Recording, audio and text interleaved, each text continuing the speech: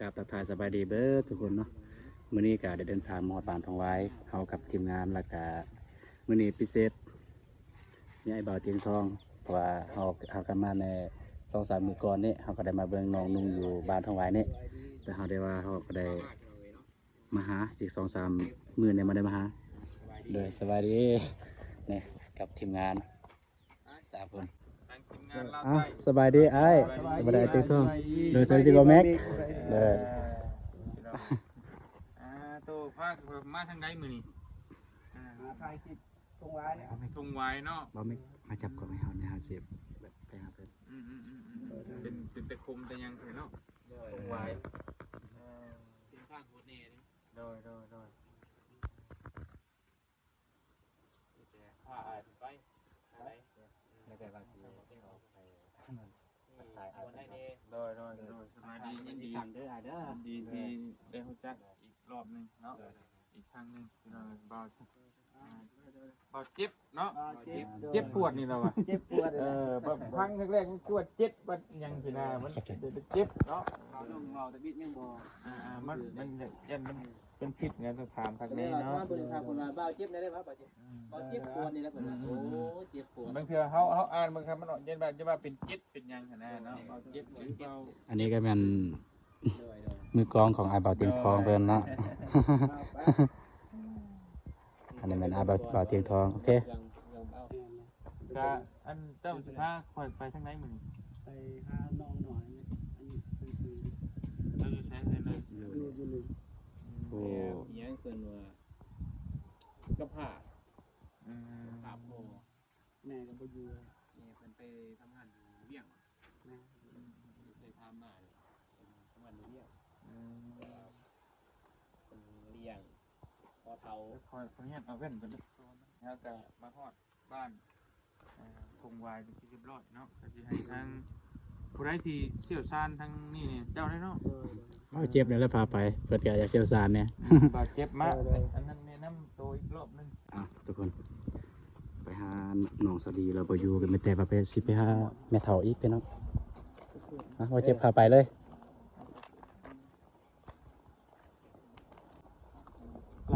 มีหลายครอบครัวอยู่บ้าน ลายครับ อยู่ไหนได้เพื่อนพ่อบ้านเคย เพื่อนพ่อบ้านบ่อยู่พุ่นพ่อบ้านผู้ที่หนึ่งอยู่ไหน ไปแจ้งคนบ่ บ่ได้แจ้งบ่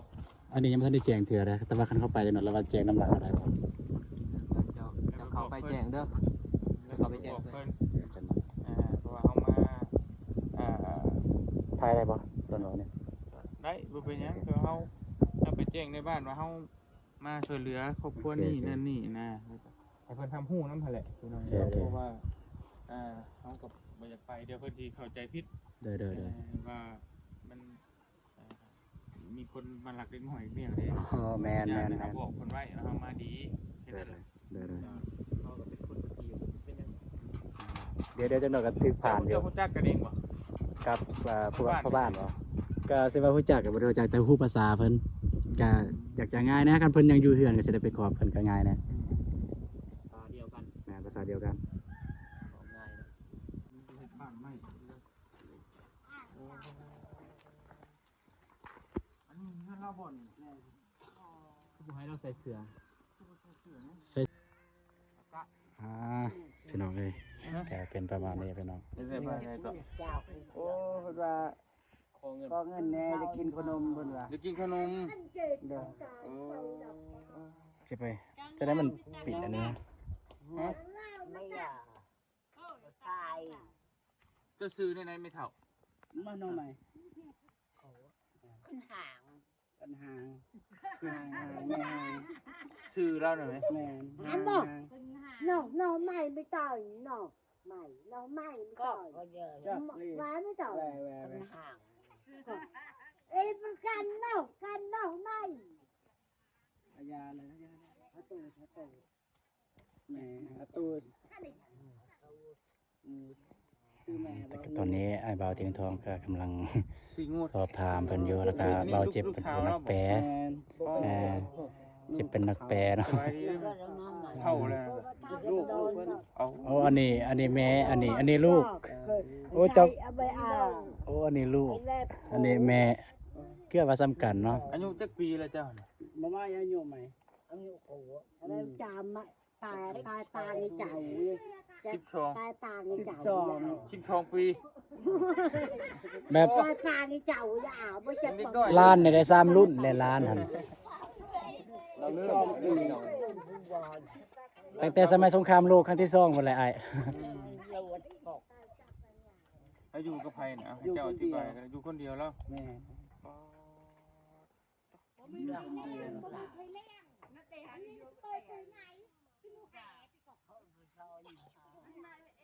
อยู่ผู้เดียวกินผู้เดียวแล้วก็นอนคนเดียว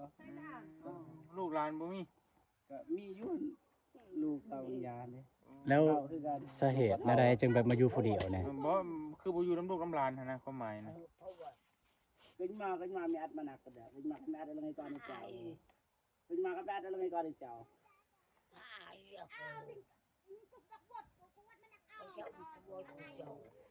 เป็นหมอให้ก่อนในเจ้าการเดินบั่นนะ กลัวเสียแหละ อ่า ก็เลยอยู่คนเดียว โอ้ยเสียแล้วอยู่คนเดียว เอากระทาง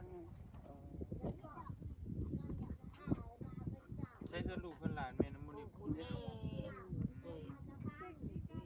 อ๋อก็คือแบบ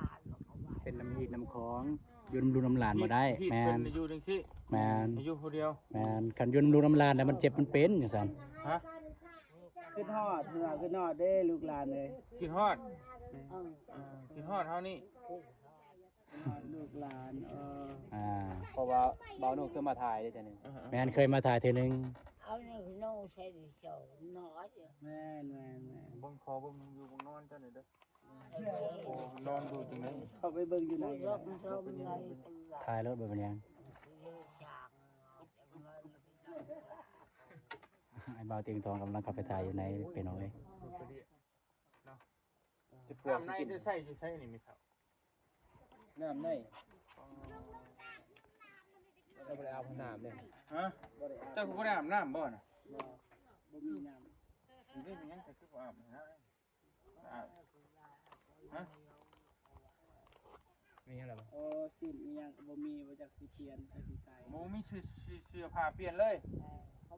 บ่เจ็บเอาให้แล้วมื้อนั้นฮะจักเราทิ่มจักเราใส่ใส่บ่เจ็บเอาให้มื้อนั้นเลย มันบุคลีบ่จ้า มันน้อย เอากระดาษ ขึ้นฮอดเด้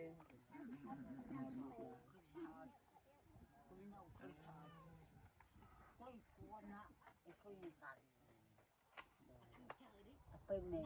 อายุนี่ประมาณ8 90 90นี่บ่อยู่เลย90ปลาย เป็นอย่างว่าลานได้3รุ่นและลานเอา น่าจะ3รุ่นเลย ชอบรุ่น ถาม 13ปี ได้ลาน3รุ่นหลายเตียง ลืมเลยบ่เตียงเราลืม หาย เราลืมแหละหนังสือใช่มันบ่จัก 13 ก่อน 5เทื่อบ่ จังได๋ใส่คอบ่เจ็บ เอ้า เสร็จ ให้เลยบ่เจ็บให้เลย ท บ่มีราคานะจักเสียจังได๋ ำไปสิเฮาไปเบิ่งอันเสื้อผ้ามาให้กันเด้อในกินในอยากก่อนบอกเรานะแป๊บนึง อย่าว่า เอาแต่ว่าสิเอาเจ็บ ไป โอเค สิมาไหม แต่ว่าสิไอ้เตียงทองบอกว่าไปเอาท่าอยู่นี่ปะโอเคตอนนี้ก็คือไอ้บ่าวเตียงทองแล้วก็บ่าวเอานุงไปเอาเสื้อผ้าแต่เพราะว่าเพิ่นสิมีให้ซำใดก็เพิ่นสิให้ทำซิมีนี่แหละเสื้อผ้ามีเด้งเด้อว่างจะเอลทรงอ่าวก็แจกระจอกให้เอลทรงอ่าวงาดองงาไม้มีใส่เอาใส่ไงตอนนี้ก็คือไอ้บ่าวเตียงทองกำลังไปเอาเสื้อพี่น้องเอ้ยแต่ตอนนี้ก็เครื่องของนี่ก็มาแล้วเครื่องของไอ้บ่าวเตียงทองพี่น้องเอ้ย มันฮอดคืนค่ะโอ้ยนะนี่ได้ไม่เท่าเด้อเข้าเอาไว้มากินให้หนึ่งที่เจ้ากินนี่นะครับให้หนึ่งหากิน เอามาหวดเด็บปลาใหม่เอามาหวดเด็บปลาใหม่หลาน ลาน เพื่อนลุง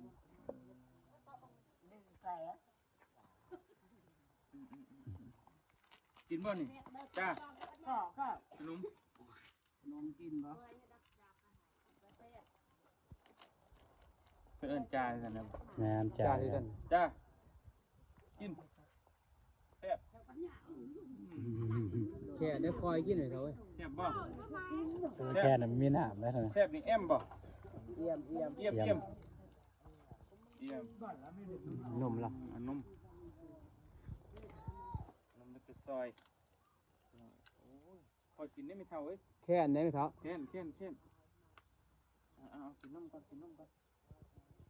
โอ้ท้องเตียงนอนกินจ้า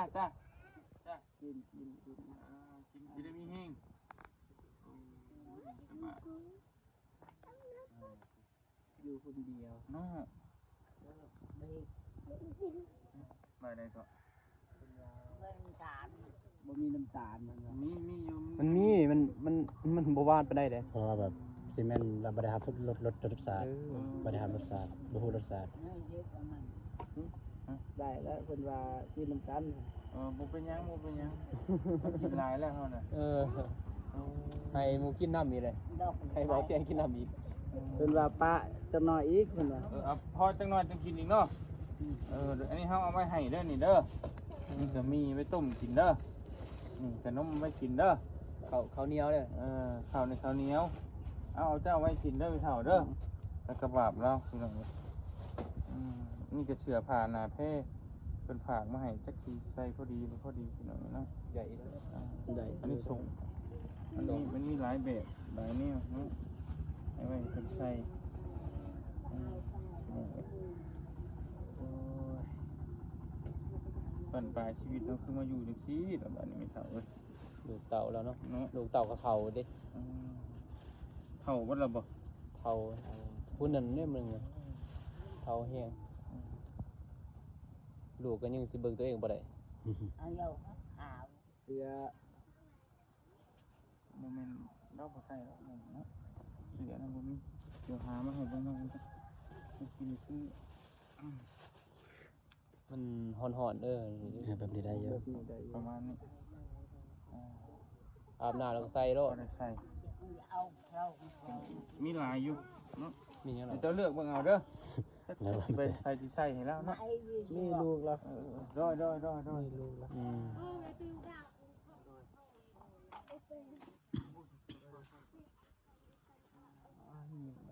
ฮะเราถิ่ม แซ่บ เหรอ บ่ บ่ ใส่เงินเป็นอยู่บ่ใส่เงินเป็นอยู่ แต่ลูกหลาน เราบ่เป็นดอกบ่เตียง บ่เป็นหรอกเนาะ เราใส่บ่เป็น แต่ว่า มันอยู่ เราอยากกินหยังแหละต่อไปเอาไปซื้อให้เรากินหน่อยเด้อเด้อเจ้าเรามาเบิ่งเราน่ะ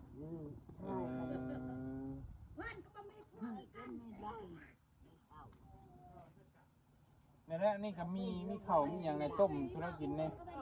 กินกับนมกับหยังเฮาก็บ่ได้ซื้อใช่ไหมพี่น้อง จะให้การมีอะไรเรื่องจะเรื่องไอ้ดงแล้วเรื่องไอ้ดงกันนะ นอน เราเว้าบ่ได้เรื่องบ่ได้ แล้วบ่ภาษาลาวไว้เด้อ โอ้โหเลยเราบ่จักเลย ไปจะเฮาไปก่อนเด้อบัดนี้เด้อสบายดีเด้อ ครับก่อน กลับก่อน โจ้ยเอา เดี๋ยวมื้อหน้าถ้ามีโอกาสก็จะได้มายามใหม่ ทุกคนสำหรับคลิปนี้ก็สิจบอยู่บนนี้เลยเด้อต้องขอบใจที่ทานผู้เบิ่งและทานผู้ชมบ่ว่าทางใดก็แล้วแต่ คือให้ FC ไอ้บ่าวเทียงทองไอ้บ่าวอนุงบ่าวเจ็บพอจังซี่ฝากติดตามหน่อยเด้อก็สิจบอยู่บนนี้เลยพี่น้อง มื้อหน้าเฮาสิมาดินน้ำใหม่มาเยี่ยมใหม่เด้อ สวัสดีครับก่อนพี่น้องไป ใจบ่ สิไปเฮือนหลังที่2อีกพี่น้องขอบใจเด้อ